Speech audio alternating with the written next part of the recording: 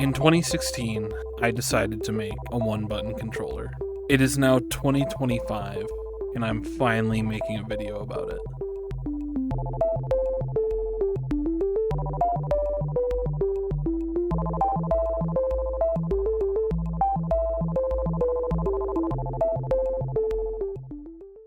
In 2016, I remember seeing a Summer Games Done Quick run by Half Coordinated. Half Coordinated's run was not directly the catalyst for the one-button controller, but it did kind of plant the seed for challenge runs and content like that. At the time, I was streaming kind of off and on Twitch, but eventually at some point I was talking to a friend about how to find a niche in Twitch or YouTube. So we were talking, and one of the things we talked about was challenge runs. There were people playing games with just a dance pad. There were people playing games blindfolded. I wanted to do something new, something that felt unique to me. I was joking about what if you played a game with just your feet? And what if you played a game with your controller upside down? And I said, what if you could play a game with just one button? My wheels started turning. I couldn't stop thinking about the possibility of playing a game with one button controller, and I'd never seen anyone else do it. I Googled it, and it didn't look like anyone else had ever tried something like this before. And another thing to point out at this time is I actually had no experience programming or building controllers. I basically was going in cold. I had no idea what I was doing. And actually the first controller I made was a arcade button I bought, as well as an arcade spinner. And I basically went over to a friend's house and built this tiny wooden box. You can see it here. I'm sure I'm showing a picture, or at least I hope I am, of the controller that had the button on it. This never became anything. This box, I remember, I think I broke it, and it probably wasn't actually until a year later when I finally bought some actual components. I learned about Arduino and how you can make hardware with that. Bought like a rotary encoder to try and use that. I bought a little display, ran in an Arduino Uno. It was using HID for communication, and it wasn't really good. It also wasn't one button. I mean, it had one button, but it also had a rotary encoder, and actually that rotary encoder also had a button, and I was using that button to do things, not in game, but just in general. So while it was cool as a thought experiment, it ultimately didn't pan out. This controller was kind of just like stuffed into a cardboard box. It was actually, I put it in the SparkFun box that most of my components came in, and then I transferred those, getting rid of the display, to a Smiling Face box. I actually did play some Breath of the Wild with this, and by some I mean like a minute or so. And the way this controller worked was you had the rotary encoder allowed you to select from a list of buttons, and then that would tell you what the main button did. But this system wouldn't really work out because I didn't want to keep the display. It felt like too much. And without the display, the rotary encoder was extremely difficult to use. Then we got rid of the rotary encoder, and we had finally just one button on the controller. But instead we added two LEDs, and the purpose of these LEDs were to act as indicators that we could use to kind of know what the controller is doing at any given time. Because by God, let me tell you how messed up this controller functioned.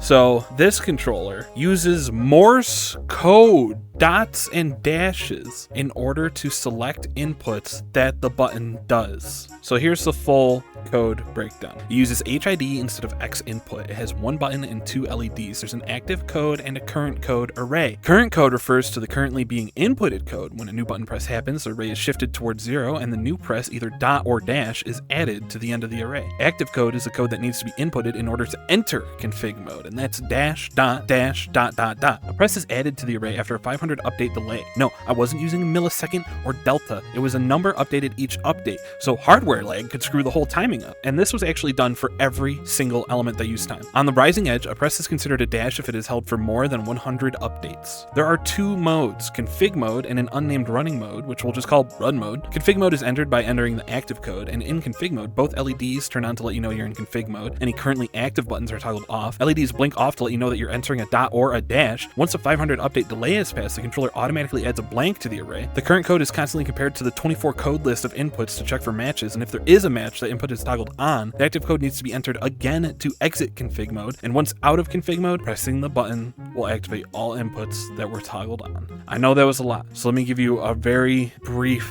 overview that hopefully makes a little bit more sense. So say you're playing Elden Ring and you're about to get hit by an attack and you want to dodge. Unless you already have B or circle programmed into your controller, you're going to have to enter config mode by entering the 6 input active code, and then enter the code to toggle B on, and then enter the active code again to exit config mode, and then you can finally press the button to dodge. It was immediately obvious that this was not a viable method for a one-button controller. Morse code worked fine for selecting inputs, but all the delays, all the entering config mode and coming out of config mode and then being able to press the button, it just wasn't feasible. And I would shelf the project. It wouldn't be till a year later I would see something that would change everything. Oh, come on, come on, come on, come on, come on, come on.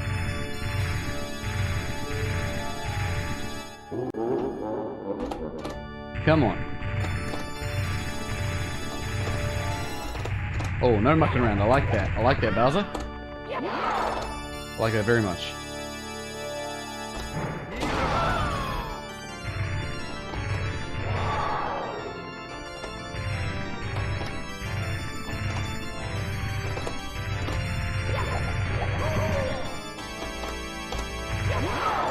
That kind of hurt, but good save.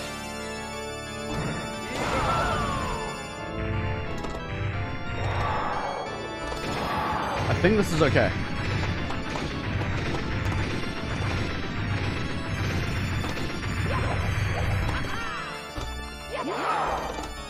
Okay, so I gotta hit him, I gotta throw him left.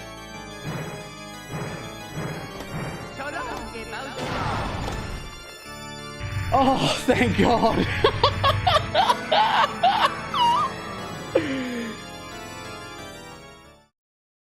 Rudism's run of Super Mario 64 was the first time I've ever seen anyone do anything with a one-button controller, and I think to this day it is still the only other one-button controller I've seen.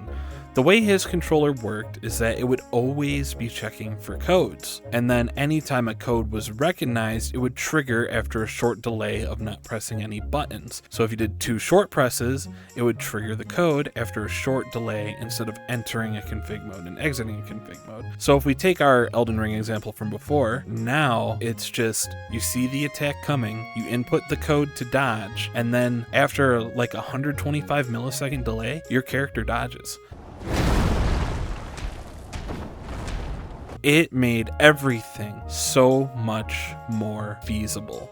But I'll admit that after seeing this, I was a little bit down. I felt like I had been beaten to the punch. I had stalled on this controller long enough. I had not solved the problems well enough. I ended up going back, and after the span of about a year and doing other things, I went to BitBash in Chicago and saw a bunch of cool alt control stuff. Alt control was really just like getting me at that time. And I worked on my SpongeBob controller, which is an old Jack-specific plug-and-play TV game system, rewired to play SpongeBob Battle for Bikini Bottom. I believe that was when the rehydrated version came out. I made a Fall Guys controller, which I might do a video on, but I worked away at implementing my own version of Rudism's one-button controller setup, and that's kind of where the story ends. I just wanted to move on to other things, but this project just always felt unfinished. This controller never felt like it reached its full capabilities. It felt like it could do so much more, and it feels like I never quite made the best one-button controller I could make. And that brings us to today. I want to make a better one-button controller. There was something back in 2021. I tried and then lost and then wouldn't try again until today. Buttons aren't always just off, on. If you've ever used a camera before, you know sometimes buttons can be off, on.